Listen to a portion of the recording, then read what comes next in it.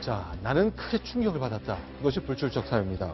왜 이렇게 되는 것인지. 오늘 이제 안종범 전 수석과 장시호 씨는 출석했던 거죠. 예, 그렇습니다. 강남구 대치동에 자리 잡고 있는 특검 사무실에 지금 화면에 보시는 것처럼 장시호 씨와 그리고 안종범 전 수석이 나란히 출석을 했습니다. 안종범 수석 같은 경우에는 지난해 삼성물산과 제일모직 합병 과정에서 이 과정에서 박근혜 대통령이 제3자 뇌물 수수한 것 아니냐 이런 특검의 혐의를 밝혀줄 열쇠로 지목이 되어 있기 때문에 이 부분에 대해서 집중 조사를 받은 것으로 전해졌습니다.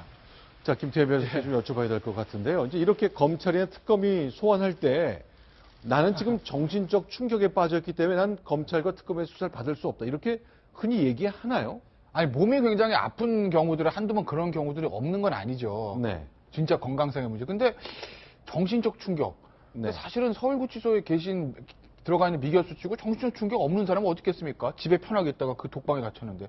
수순을 지금 특검이 생각하고 있는 것으로 보입니다. 최순실 씨가 이제 대통령과의 관계, 인연을 바탕으로 이제 정부 요처에 깊숙이 관여하고 있다는 것, 인연을 맺어왔다는 것이 드러나고 있습니다만 어제 JTBC 보도를 보니까 외교부까지 뭔가 인연이 닿는 모습이 좀 나온다면서요. 그렇습니다. 뒤에 숨어서 최순실 씨 일가를 돕는 공적 조력자들이 있다라는 게 노승일 전 K스포츠재단의 부장의 증언인데요. 네. 본인이 들었다는 이야기는 이렇습니다. 최순실 씨가 전화로 누군가에게 전화를 걸었는데 대사가 이렇습니다. 내용이 이렇습니다. 대사님, 애들 문제 때문에 그러는데요. 라고 하면서 독일에 가서 비자도 받고 현지에 취업할 수 있는 길을 알아봐 달라라는 내용의 청탁이 있었고 그런 청탁 덕분에 정유라 씨를 비롯해 그리고 나머지 수행하는 그런 사람들의 비자까지도 손쉽게 받아낼 수 있었다. 이런 증언을 하고 있는 겁니다. 네. 그러니까 뭐 외교부 관계자가 도왔을 수는 있을 것 같아요. 왜냐하면 그때만 해도 지금 이 국정농단 나온 상황이 아니고 최순실 씨가 세다는 건 아마 알았을 거고 왜냐하면 최순실 씨가 정윤회 씨의 부인이고 또 최태민 씨의 딸이라는 거는 뭐 금방 알 수 있는 거 아닙니까? 그리고 프랑크푸르트의 그 지점장 있잖아요. 대한항공. 그 고영태 씨 친척 아닙니까? 그 친척도 청와대 대통령 지시에 의해서 안종범 경제수석이 이행을 해서 대한항공에 전화해서 승진시키는 거 아니에요. 그러니까 저 외교부에 충분히 최순실 씨가 어떤 경로든 자기의 어떤 실세임을 과시해서 충분히 부탁을 했을 거고 외교부에서는 최순실 씨가 상당한 권력자라는 걸 사실상 권력자라는 걸 알 수 있어요. 이런 건 어떻습니까? 가령요. 이제 프랑크푸르트 또 독일에도 우리 외교관과 정부 인사들이 많이 가 있는데 대한항공 지점장이 그 부탁해가지고 영전했잖아요. 그게 그 독일 프랑크푸르트 그 기업인들 사이에서 좀 소문이 날 수 있는 겁니까?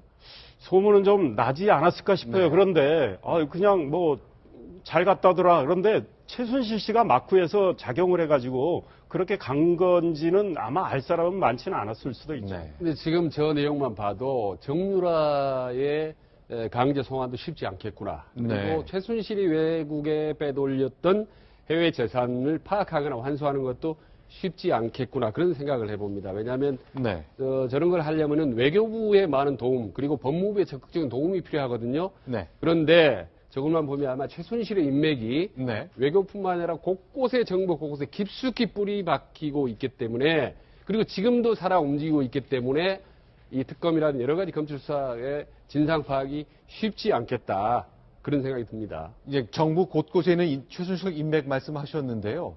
어제 굉장히 특이한 장면이 있었습니다. 구치소를 압수수색한 일이 있었거든요. 구치소라면 이제 정부 법무부 산하의 관리 조직인데 이게 어떻게 된 겁니까? 뭘 찾겠다는 거죠? 예, 특검에서는요 어제 서울구치소에 있는 김종 전 차관 그리고 차은택 창조경제추진단장의 이 수용실을 전격적으로 압수수색을 했는데요. 거기에 그치지 않고 남부구치소에 따로 혼자 수감이 돼 있는 정호성 전 비서관의 이 수용실 역시 압수수색을 진행했습니다. 이 세 사람들이 서로 입을 맞춘 듯이 진술이 아주 짜맞춘 듯이 똑같더라. 그래서 이 사람들이 혹시 이 수용시설 안에서도 뭔가 연락을 주고받으면서 입을 맞추고 있는 건 아닌가 이런 그 가장 큰 협의점을 두고 압수수색을 진행을 했고요. 영장에 보니까 실제로 이런저런 의심이 있다는 내용들이 적시되어 있군요. 그렇습니다. 그뿐만이 아니라 이렇게 휴대전화 사용 여부 그리고 국조특위의 위원들의 진입을 막았는가 그다음에 먹으면 안 되는 반입이 안 되는 음식도 들어왔는지 그리고 혹시 이 사람들이 2배나 넓은 독실을 사용하고 있는 특혜를 누리고 있지 않은가 이런 점까지 확인하기 위해서 전격적으로 구치소 2곳을 압수수색했습니다. 실제로 김종 차관 쪽을 압수수색해 봤더니 50통 정도의 편지가 있다는 겁니다. 뭐 편지는 다 받을 수 있는 거 아닙니까? 뭐 오는 편지가 대다수고 보낸 편지는 한 7, 8통 정도 되는 것으로 파악이 됐는데요. 어쨌든 그 내용 역시 어떤 자기의 혐의를 입을 맞추기 위한 그런 것들은 아니었는가에 대해서 특검팀이 아주 열심히 찾아보고 있는 중입니다. 자, 일단 진술이 자백인 것 같으면서도 좀 입을 맞춘 것 같다. 뭔가 묘하다는 인상 때문에 압수수색 들어갔는데요.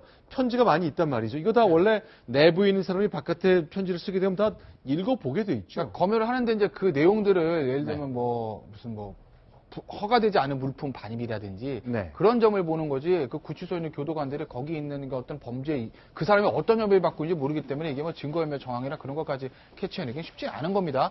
순수하게 구치소 이제 안전을 위해서 하는 거죠. 그렇기 때문에 특검팀은 저걸 한번 보고 싶었을 거고 저는 아마 글쎄요 특검팀에 뭘 받는지 모르겠는데 제가 하나 추정하는 거 압수수색 영장에 있는 사유들은 사실 어떻게 보면 조금 미미하지 않습니까?